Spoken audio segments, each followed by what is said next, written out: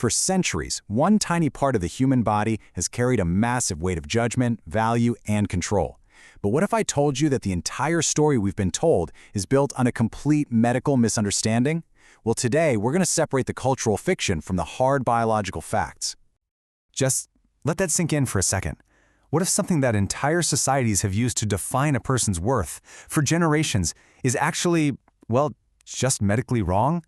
That's the huge question we're going to tackle right now, and we're going to do it using nothing but science. All right, so to bust a myth this big, you have to start with the basics. You need to understand the reality of the situation. So our journey starts with simple clinical anatomy. What is the hymen really? Okay, now what's really important to notice here is that last sentence. It's part of the external genitalia. We're not talking about some deep internal organ or a barrier that's sealed away inside the body. It's just a thin piece of tissue right there at the vaginal opening. And if we zoom in and look at what it's actually made of, it's pretty simple stuff. You've got a core of connective tissue, and get this, it's rich in elastic fibers. Now that word elastic is super important. It means it's designed to stretch.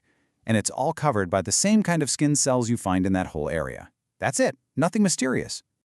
And here we go. This is maybe the single most critical, myth-busting fact of them all. The hymen is not a seal. It can't be.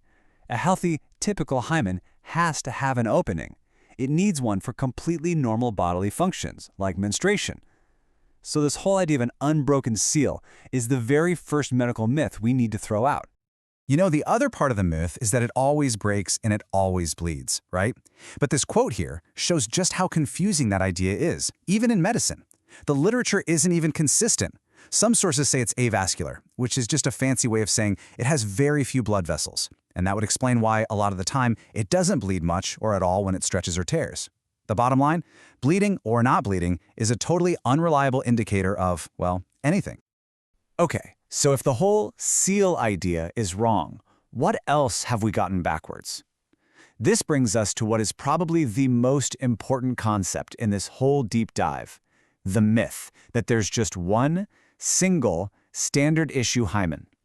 This right here, this is where the entire myth just completely falls apart. There is no such thing as a normal or intact look. In fact, it's the total opposite. Medical science tells us that diversity in its shape and its form is the absolute rule, not the exception.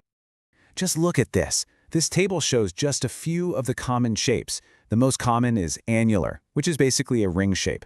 Then you have the second most common, crescent, which is kind of like a half moon. Then you get less common types like septate, which has this little band of tissue in the middle, creating two openings. And then there's the rare cribriform type, which looks almost like a sieve with a bunch of tiny holes. All of these, all 100% normal. So we've pretty clearly established that variety is completely normal, and honestly, it's fascinating. But what happens when, in very rare cases, one of these shapes actually causes a real physical medical problem? How does medicine deal with that? Let's pivot for a second and look at how actual medical science steps in when these rare conditions pop up. And just to be clear, this has nothing to do with culture. This is purely about health and a person's well-being. So in very, very rare cases, you can have what's called an imperforate hymen. Now, this is a situation where it actually is a seal, and that's a medical issue because it can block menstrual flow. Or you might have a microperforate one, which is a teensy tiny hole, or a rigid one that isn't elastic like it should be.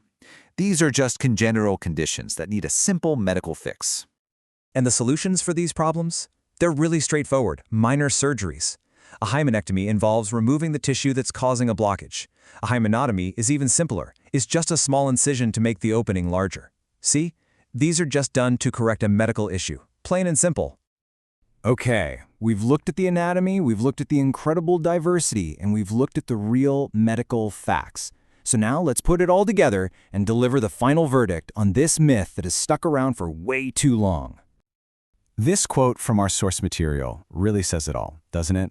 For centuries, this one piece of tissue has been given this enormous symbolic meaning, but that whole belief system is built on, and I'm quoting here, medically inaccurate myths. That's a powerful and direct statement from the scientific community. So let's just recap the absolute essentials, the key takeaways. Number 1, the hymen is not a seal. Number 2, its shape is naturally diverse. There is no single intact state. Number 3, Its appearance can change from totally non-sexual things, like hormones, sports, or just using a tampon. And number 4, and this one is crucial, bleeding or not bleeding tells you absolutely nothing. And that, right there, brings us to our final thought. The medical science is clear. It's unambiguous. The evidence is all here. The question we're left with isn't a medical one anymore. It's a cultural one. Now that we know the science, isn't it finally time to let go of the myth?